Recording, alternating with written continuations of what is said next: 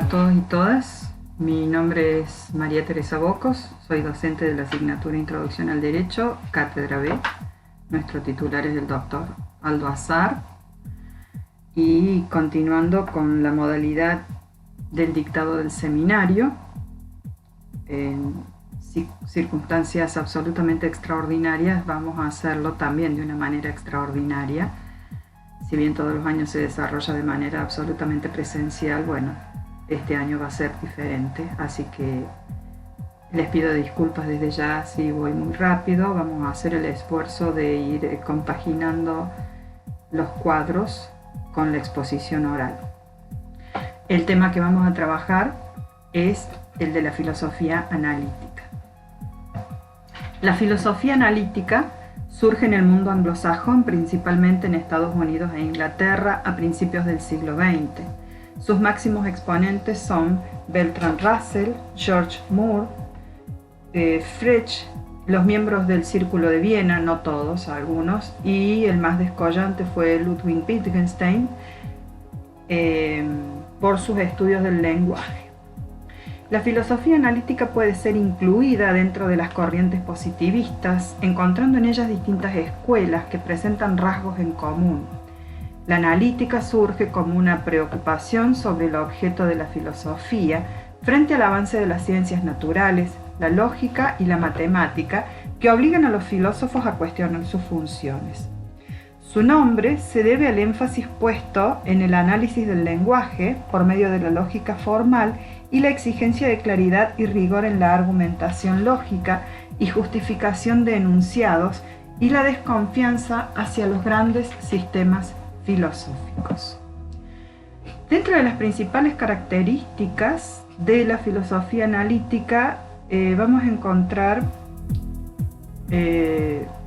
un intento por abordar y resolver los problemas filosóficos a través del análisis del lenguaje y del estudio del lenguaje, poniendo un especial énfasis o interés en esto.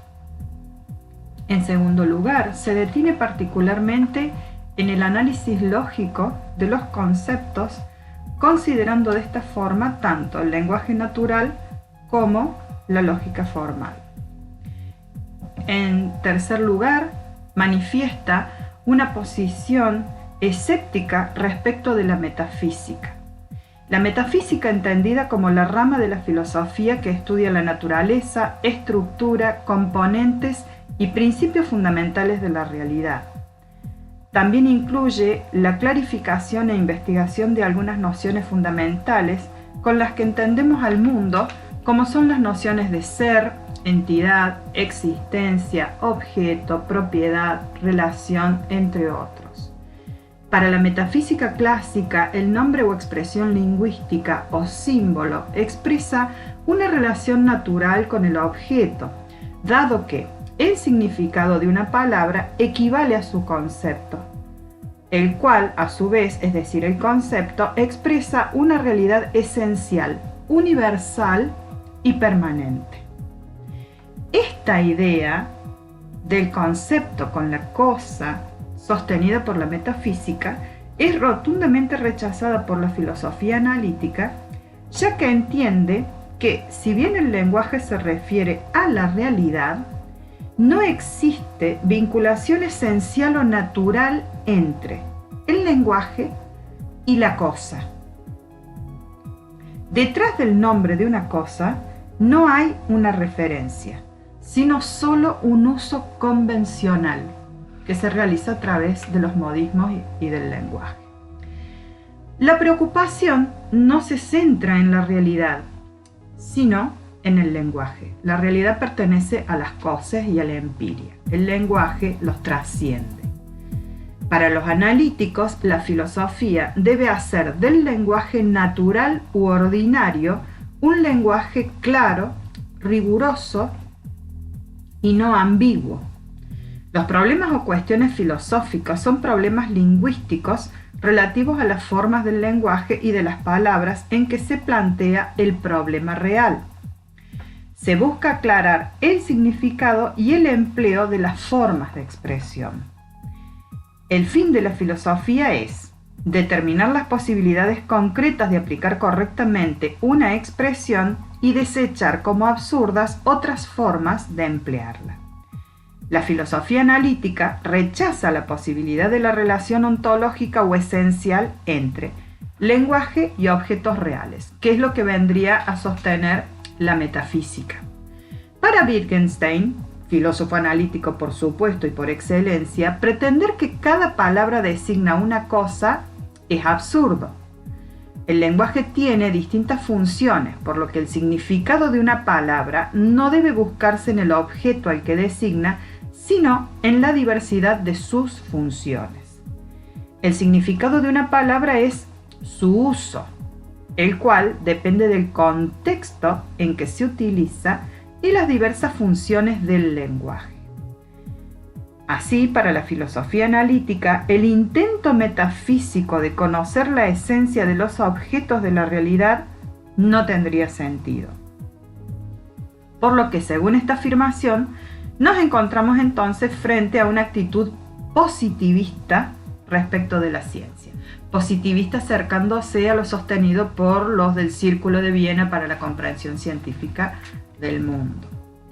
La filosofía analítica encuentra así la forma de influir en el derecho.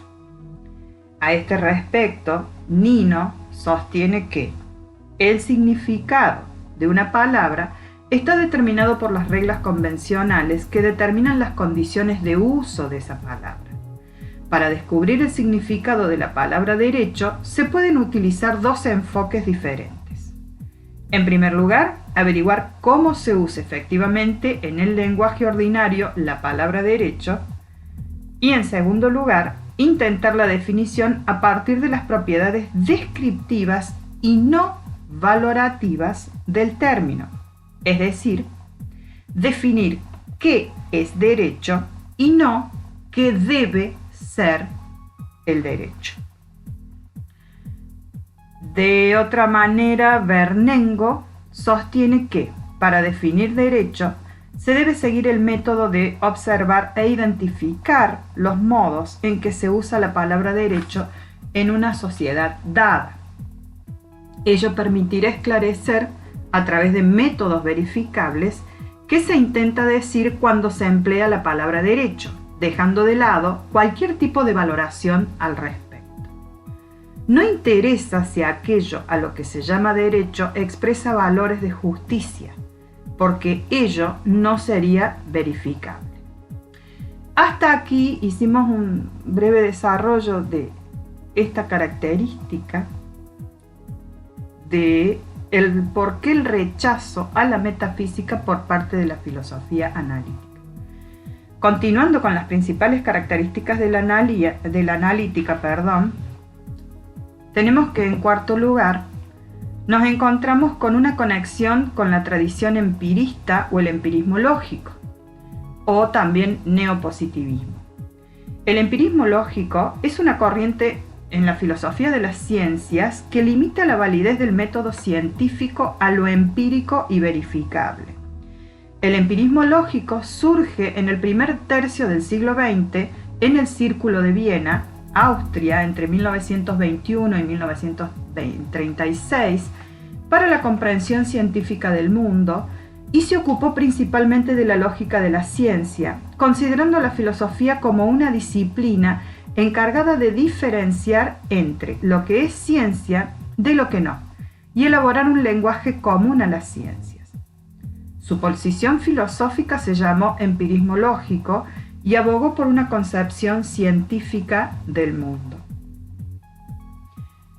En quinto lugar, dentro de las características de la filosofía analítica, muestra una particular afinidad con la investigación científica, especialmente con los conceptos de la física como paradigma de comprensión de la realidad.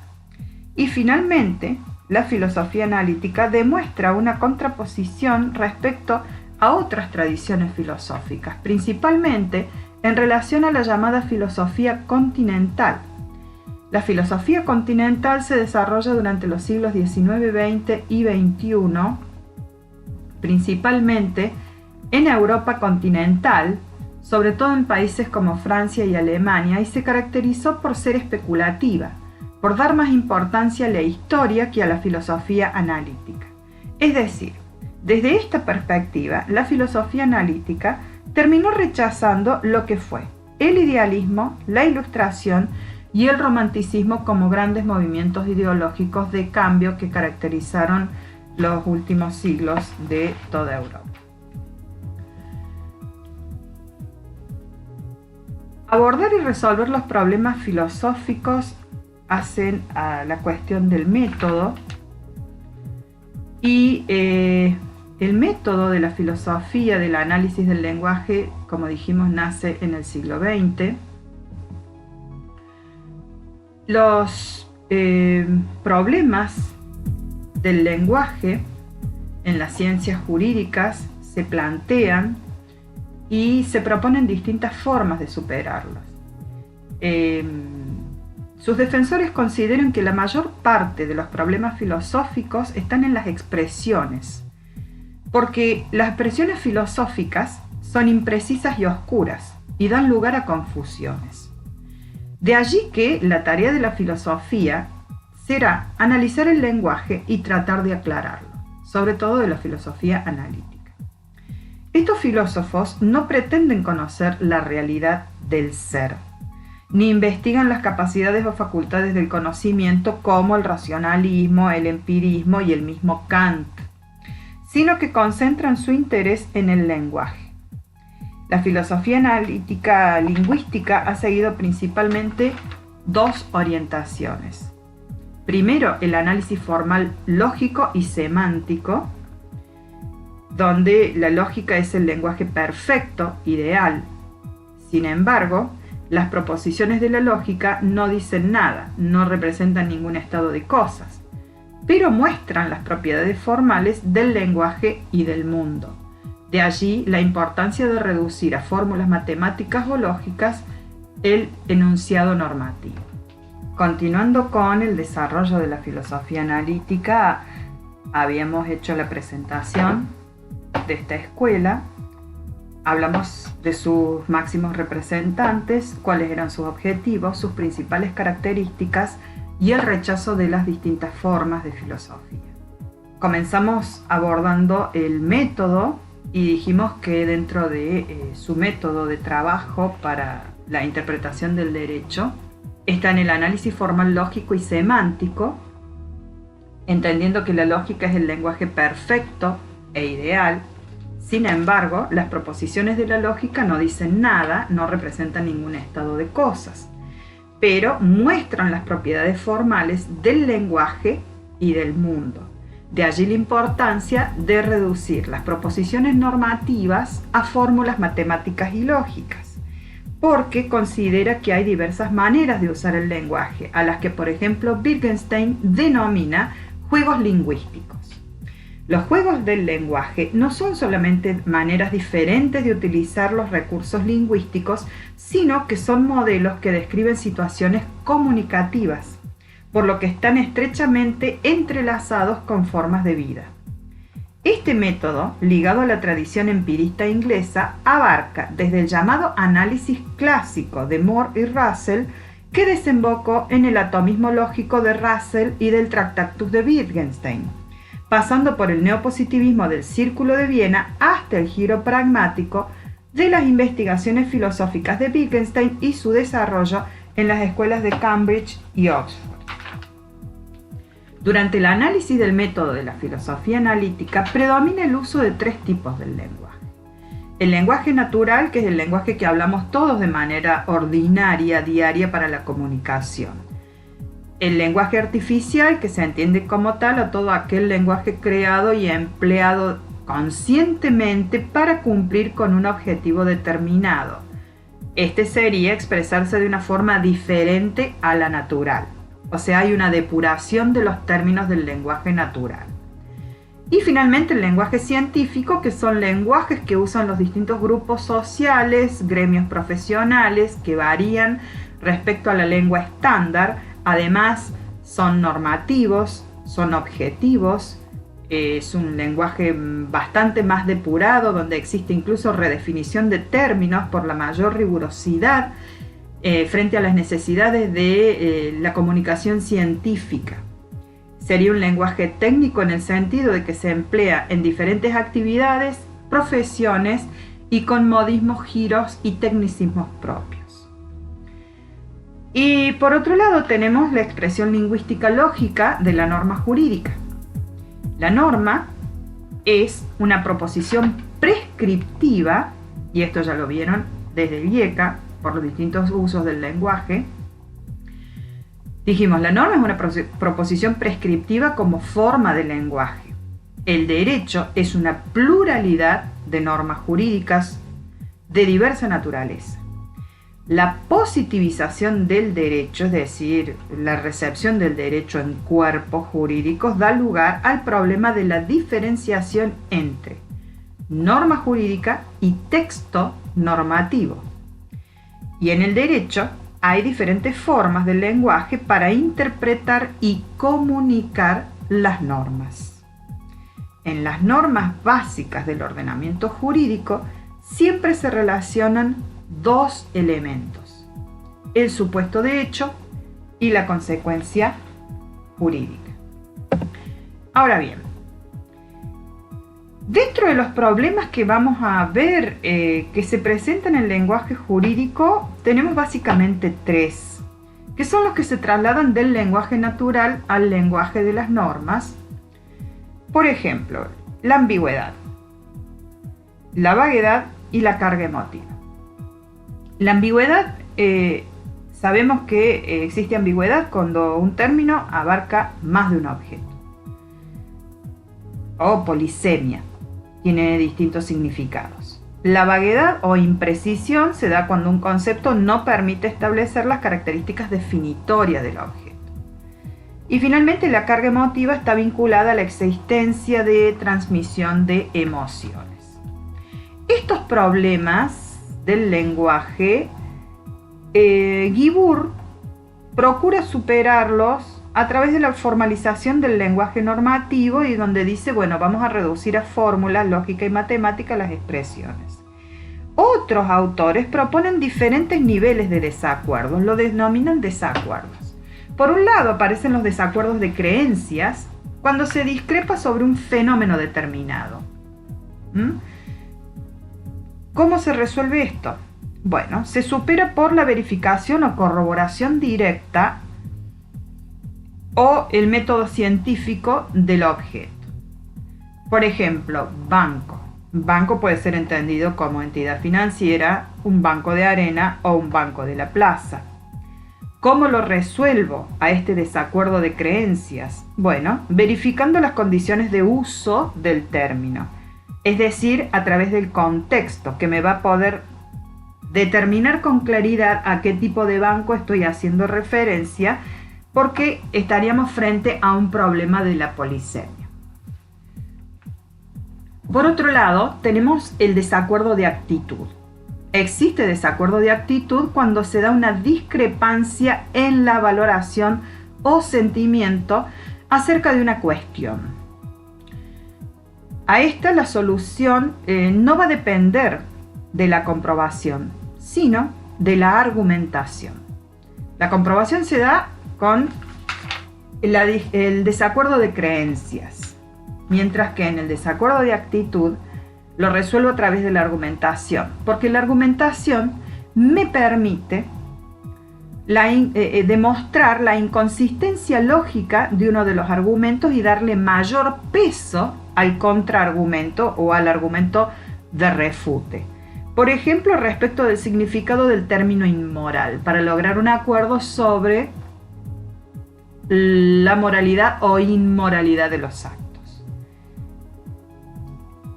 Estos argumentos de peso que me sirven para resolver los desacuerdos de actitud pueden hacer un uso emotivo del lenguaje y generalmente se presentan frente al inconveniente del uso emotivo del lenguaje y de definiciones persuasivas, a fin de lograr cierta adhesión a favor del argumento de quien lo sostiene.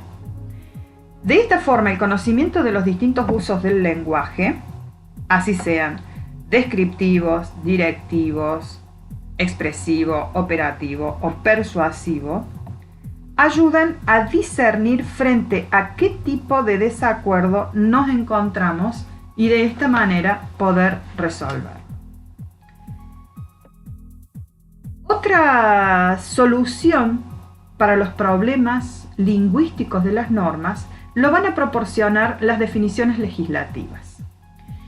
Las definiciones legislativas son aquellas que procuran superar los defectos de ambigüedad o vaguedad de los términos, o incluso el legislador amplía el alcance de un término haciendo definiciones aclaratorias. Ejemplo de esto los encontramos en los artículos 77 y 78 del Código Penal. El artículo 77 reza, es muy extenso, voy a leer una parte. Artículo 77 del Código Penal reza: para la inteligencia del texto de este código se tendrán presentes las siguientes reglas. La expresión reglamento u ordenanza comprenden todas las disposiciones de carácter general dictadas por la autoridad competente en materia de que traten. Por los términos funcionario público y empleado público usados en este código se designa a todo el que participa accidental o permanentemente del ejercicio de sus funciones públicas. Con la palabra mercadería se designa toda clase de efectos susceptibles de expendio. Con el término capitán comprende a todo comandante de embarcación o al que le sustituye. El término tripulación comprende a todos los que se hallan a bordo como oficiales o marineros. El término estupefacientes comprende los estupefacientes, psicotrópicos y demás sustancias susceptibles de producir dependencia física o psíquica. El término establecimiento rural comprende todo inmueble que se destine a la cría, mejora o engorde del ganado, actividad de tambo, granja o cultivo de tierra, a la avicultura u otras crianzas, fomento o aprovechamientos semejantes. Y así sigue definiendo el término documento, firma y suscripción, instrumento privado, certificado, información privilegiada, etc. Por otro lado, amplía el alcance del concepto de violencia en el artículo 78, rezando lo siguiente: queda comprendido en el concepto de violencia el uso de medios hipnóticos o narcóticos. Por lo tanto, estos dos artículos del Código Penal se tratan de definiciones legislativas, las cuales, a partir de las notas características, determinan las propiedades de uso del término, es decir, estamos hablando de la designación y la denotación del término, y como sabemos que son una relación inversamente proporcional, a mayor designación, menor denotación y viceversa, pero esto delimita el alcance para la aplicabilidad del término a determinadas situaciones, de hecho o no, y saber si la norma es aplicable para resolver la situación de hecho planteada. Bien. Respecto de los sistemas jurídicos, las normas se encuentran integradas en sistemas jurídicos. Algunos autores consideran normas jurídicas a aquellas que pertenecen a un sistema jurídico. Por ejemplo, para el Churrún y Bulíguin, un sistema jurídico es un sistema normativo. Y un sistema normativo es un sistema deductivo de enunciados entre cuyas consecuencias lógicas hay una norma. Por ende, hay norma cuando a un caso que yo voy a denominar antecedente, precepto o descripción de la conducta, le uno o se le une una solución que vamos a denominar consecuente o sanción. De esta forma tenemos que el caso como antecedente tiene una solución como consecuente, y este se representa dentro de las tres fórmulas posibles, que serían obligatorio, representada por la O de la lógica deóntica, permitido, representada por la P mayúscula, y prohibido, representada por la PH. Según los operadores lógicos deónticos, el obligatorio estaría representado en una norma en la que se me obliga a pagar impuestos. Por ejemplo, la carga impositiva de renta de la provincia o del impuesto municipal a la propiedad. El permitido me estaría facultando, pero a decisión del usuario, realizar tal o cual actividad sin que ésta sea a su vez obligatoria. Por ejemplo, está permitido que por determinada arteria puedan circular camiones, que no en todas las arterias se puede. Mientras que la norma prohibitiva no figura expresamente como una prohibición del derecho, sino que, por ejemplo, el artículo 79 del Código Penal reza: será reprimido con reclusión o prisión de 8 a 25 años al que matare a otro. Aquí la fórmula lógica sería que matar funciona como P, matar a otro, la situación de hecho o el antecedente, al que se une una consecuencia jurídica que sería Q, la prisión o reclusión de 8 a 25 años. Entonces yo tengo si P, entonces Q. Al que mata, P, entonces irá preso, es decir, una pena privativa de libertad. Juan P, luego, con la administración de justicia, Juan Q. Esta consecuencia disvaliosa, que es la pérdida de la libertad como consecuencia de la acción de matar, hace que el destinatario de la norma, cuando lee el artículo 79 del Código Penal, infiera que si bien la acción de matar no está prohibida, al tener como consecuencia un elemento tan disvalioso como es la pérdida de libertad, por ejemplo en nuestro país, o la pérdida de la vida, como por ejemplo en algunos estados de Estados Unidos, se infiera que si bien no está prohibido matar, en definitiva, no debo matar, porque fácticamente puedo matar. Lo que pasa es que si puedo, si mato, voy preso. Entonces, no es que no pueda matar, la gente se mata todos los días.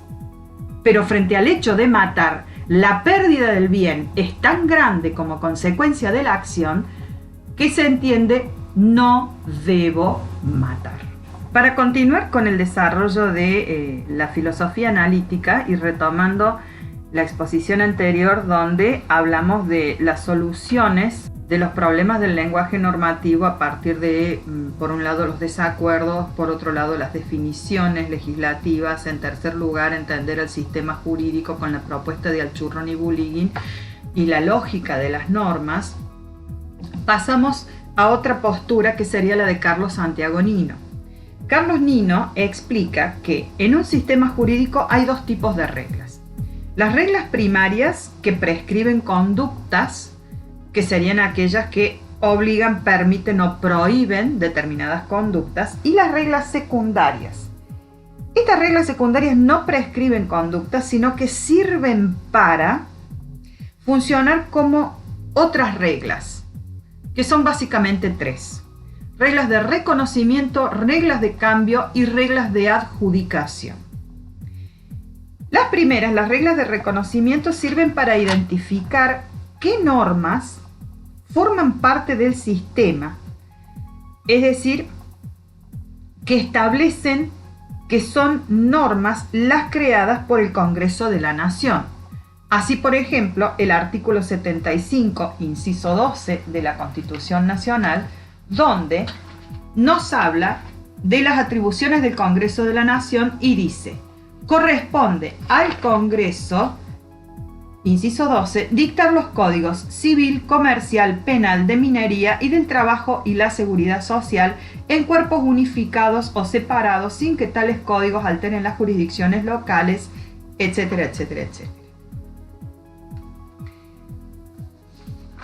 En segundo lugar, las reglas de cambio son aquellas que indican el procedimiento para el cambio de las reglas primarias. Por ejemplo, el artículo 76 de la Constitución Nacional, donde está expresamente prohibido la delegación de facultades legislativas en el Poder Ejecutivo Nacional, y a su vez los artículos 77 y siguientes de la Constitución Nacional, donde nos hablan del proceso de formación y sanción de leyes como atribución exclusiva de las cámaras de diputados y senadores del Congreso de la Nación. En tercer lugar, dentro de estas reglas secundarias, encontramos las reglas de adjudicación. Las reglas de adjudicación son las que dan competencia a las normas jurídicas para decidir en los casos particulares si se ha incumplido una regla primaria, es decir, la facultad de los jueces de resolver los casos sometidos a su entendimiento. Y aquí nos encontramos, por ejemplo, desde el artículo 109 de la Constitución Nacional, donde prohíbe expresamente al Poder Ejecutivo ejercer funciones judiciales. Y por otro lado, el artículo 116 de la Constitución Nacional, donde nos va a enumerar las atribuciones del Poder Judicial. Este sería el carácter institucionalizado del derecho, es decir, porque sus normas establecen autoridades u órganos centralizados para operar de determinada manera con las normas del sistema. Entonces, tenemos normas que establecen autoridades, órganos que crean normas y órganos que aplican normas. Así, la dogmática tradicional considera al sistema jurídico como algo completo y coherente. Completo porque siempre aporta una solución al problema planteado. Esa solución va a ser la consecuencia normativa contenida en la misma ley. Coherente porque en el sistema no hay lugar a contradicciones, solo hay una solución posible. La filosofía analítica sostenida por Roberto Bernengo agudiza estos caracteres considerando que el sistema como conjunto de enunciados y no conjunto de normas, como lo sostienen Alchurran y Bulliin. Entonces, este conjunto de enunciados, de los cuales se deducen su lógica, su consistencia, es decir, no tiene contradicciones, y su completitud, es decir, permite contener todas las respuestas posibles en relación al problema. También Bernengo critica la consideración del sistema como conjunto de normas porque al sistema lo entiende como tradición cultural y un encuadre dogmático y trata de romper con estas viejas estructuras. Así las cosas, nos encontraríamos, ahí dice derechos de los sistemas jurídicos, pero en realidad es defectos de los sistemas jurídicos. Les pido disculpas, lo acabo de advertir y corrijan entonces ese título, defectos de los sistemas jurídicos, métodos lógicos de solución. Los problemas lógicos de los sistemas jurídicos pueden consistir en contradicciones entre normas, es decir, falta de coherencia del sistema. Aquí se da cuando tienen soluciones opuestas para el mismo caso. Por ejemplo, una obligación con una prohibición. O es obligatorio circular y a la vez está prohibido circular por la misma arteria. ¿Cómo resuelvo este problema si está sustentado dentro del propio sistema? A través del principio de no contradicción lógico. Este principio de no contradicción lógico me dice que algo no puede ser y no ser al mismo tiempo, y lo voy a sacar, lo voy a extraer de las reglas de la lógica. En segundo lugar, me puedo encontrar con un permiso y una prohibición. Está permitido estacionar y a la vez está prohibido estacionar. En este caso también sería una contradicción. ¿Cuál sería la solución para esta situación? Bueno, puedo apelar a los principios generales del derecho. Los principios generales del derecho se aplican prioritariamente frente a las contradicciones de leyes, cuando hay dos leyes que tienen una solución para situaciones contrapuestas. Y me van a hablar de la ley superior, especial y posterior. Por ejemplo, la ley superior, por su jerarquía, desplaza a la ley inferior. En el caso de que una sea nacional y otra provincial que entran en conflicto, se aplicará preferentemente siempre la ley nacional. En segundo lugar, la ley especial desplaza a la general. Por ejemplo, una ley que establezca la obligación de votar de mayores de 18 años y el permiso de votar desde los 16 años. Hasta acá todo bien porque me dice obligatorio a partir de los 18, pero permitido a partir de los 16. No obstante, esta ley de carácter general me va a establecer una excepción diciendo: quedan exceptuados de la obligación de votar o pueden no votar personas que tengan una enfermedad motora que les impida su desplazamiento. En este caso, esta ley tiene un carácter especial que funciona como excepción a la ley general respecto de la obligación de votar a partir de los 18 o el permiso de votar a partir de los 16, que se va a aplicar preferentemente en la situación contemplada por la misma ley. Entonces, tengo que la ley de carácter especial, solo para estas circunstancias, se va a aplicar sobre la ley general. Finalmente, la ley posterior desplaza a la ley anterior. Esta se presenta cuando ambas leyes contemplan el mismo caso con diferente solución. Por ende, se va a aplicar siempre la ley más nueva, la sancionada con posterioridad. También se debe considerar los casos de redundancia, y me encuentro con redundancia cuando más de una norma contempla el mismo caso con soluciones similares o al menos no incompatibles. Por ejemplo, todo argentino nativo varón mayor de 18 años puede votar. Toda argentina nativa mujer mayor de 18 años puede votar. Todo argentino naturalizado varón mayor de 18 años puede votar. Toda argentina naturalizada mujer mayor de 18 años puede votar. ¿Cuál sería la solución para este caso de redundancia del sistema? Yo puedo reformular el sistema manteniendo la base del enunciado y la misma consecuencia jurídica, o sea, la solución. En este caso, me quedaría, para el ejemplo que estamos manejando, una sola norma que contemple todas las situaciones y con la misma consecuencia jurídica. Todo argentino o argentina, nativo o nativa, naturalizado o naturalizada, mayor de 18 años, puede votar. Finalmente, tenemos las lagunas del derecho. Existen lagunas del derecho cuando hay falta de completitud del sistema. Retomando con la última exposición donde abordamos el desarrollo de Nino respecto de las reglas, después la solución del sistema jurídico a las contradicciones, incoherencias y redundancias, habíamos comenzado a abordar el tema de las lagunas del derecho.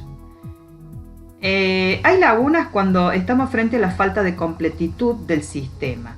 La laguna es cuando el sistema carece de una solución normativa para un caso determinado. ¿Cómo soluciona una laguna del derecho?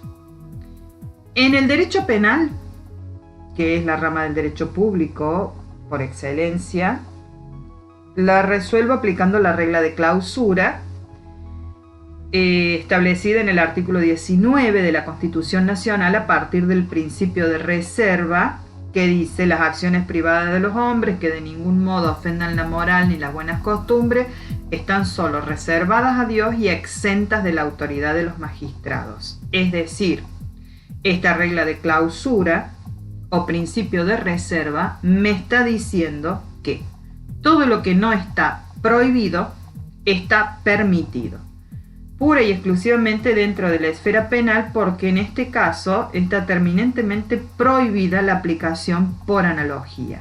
Por ende, una laguna del derecho cuando tengo un caso, pero no contemplado en la norma, para el derecho penal, lo que no está prohibido está permitido. ¿Qué pasa con las situaciones de hecho que se presentan en las otras ramas del derecho a partir de el derecho civil, comercial, laboral, etcétera? Pues bien, se resuelven a partir de la aplicación analógica. Tenemos diferentes tipos de lagunas. Las lagunas normativas y las lagunas axiológicas. Las lagunas normativas es cuando una norma no contempla la solución a una situación de hecho, es decir, una situación fáctica que se le plantea al juez a su entendimiento. Ejemplo de esto es la niña que solicitó adicionar el apellido de la pareja de su madre a sus otros 2 apellidos. Y también solicitó judicialmente la triple filiación legal a la que el juez le hizo lugar. Este caso se presentó en Tucumán, por ende la niña tiene una mamá biológica, un papá biológico y un papá y otro papá reconocido legalmente que es la expareja de la madre. Por otro lado, existen las lagunas axiológicas o valorativas. Estamos frente a este tipo de lagunas cuando el sistema prevé una solución para un caso sin tener en cuenta una propiedad que axiológicamente sería relevante. Y aquí el ejemplo que vamos a usar es en el Código Penal los artículos 86 y 88 referidos al aborto, donde se reza en el artículo 86: el aborto practicado por un médico diplomado con el consentimiento de la mujer encinta no es punible, primero, si se ha hecho con el fin de evitar un peligro para la vida o la salud de la madre y si este peligro no puede ser evitado por otros medios. Segundo, si el embarazo proviniere de una violación o de un atentado al pudor cometido sobre una mujer idiota o demente. Las situaciones que contempla la ley entiendo que son lagunas axiológicas porque hace permanente referencia a la situación sexual de la madre como mujer encinta o mujer idiota o demente, pero no contempla las situaciones de embarazo de un varón trans. Y en vez de hablar de madre, que pueda tratarse de un padre trans, porque un chico trans o varón trans también puede quedar embarazado producto de una violación o atentado al pudor. En este caso, estaríamos frente a una laguna axiológica. Lo mismo sucede en la inteligencia del artículo 88 del mismo cuerpo legal, donde establece: será reprimido con prisión de 1 a 4 años la mujer que causare su propio aborto o consintiere en que otro se lo causare. La tentativa de la mujer no es punible. En este caso, cada vez que se menciona a la mujer, hay que agregar o varón trans, que también se puede encontrar bajo la situación del embarazo.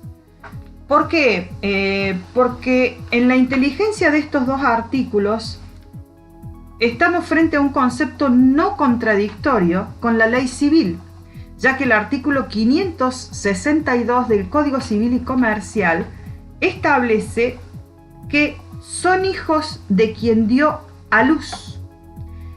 Por ende, la ley civil no determina normativamente ni sexo ni género sobre quién da a luz. Y estamos hablando de un concepto genérico, un concepto amplio, que debe entenderse para la inteligencia del derecho penal. Que si bien no se puede aplicar la analogía, pero sí estaríamos frente a una laguna de tipo axiológica o valorativa, porque este sería un elemento cultural del tipo, un elemento normativo del tipo. Este elemento normativo cultural evoluciona el sentido o el concepto en virtud de los cambios que se vayan produciendo en la cultura, porque trata de entender al derecho como un fenómeno cultural, que si bien se contrapone un poco a los conceptos de la filosofía analítica, no se contrapone a la idea del análisis y ampliar el sentido del lenguaje normativo cuando estamos frente a situaciones de lagunas axiológicas de esta naturaleza.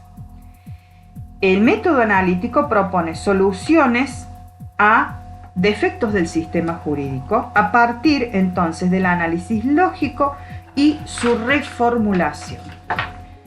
Así las cosas, ¿cuáles serían los aportes de la filosofía analítica al estudio del derecho? Bien, por un lado, la sistematización. En segundo lugar, aclarar las formas lingüísticas del análisis normativo, pero no agotarlo exclusivamente en el análisis del lenguaje, sino que también está el aporte del análisis de la lógica de las normas, lo que conlleva a una construcción correcta de los enunciados normativos, funcionando esto del antecedente y consecuente como expresiones lingüísticas, y a través de la lógica el precepto y la sanción, o sea, si P, entonces Q, como desarrollásemos anteriormente.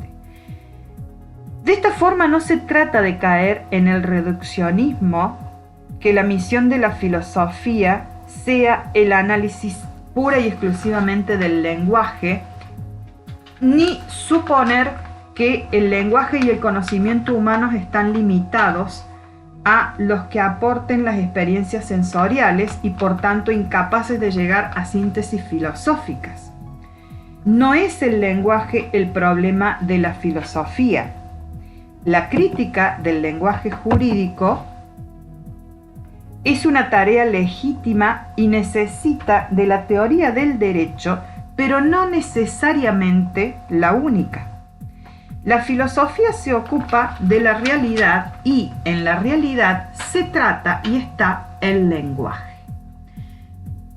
Otra realidad es que las normas están hechas de palabras y que las mismas tienen un significado que trasciende la realidad.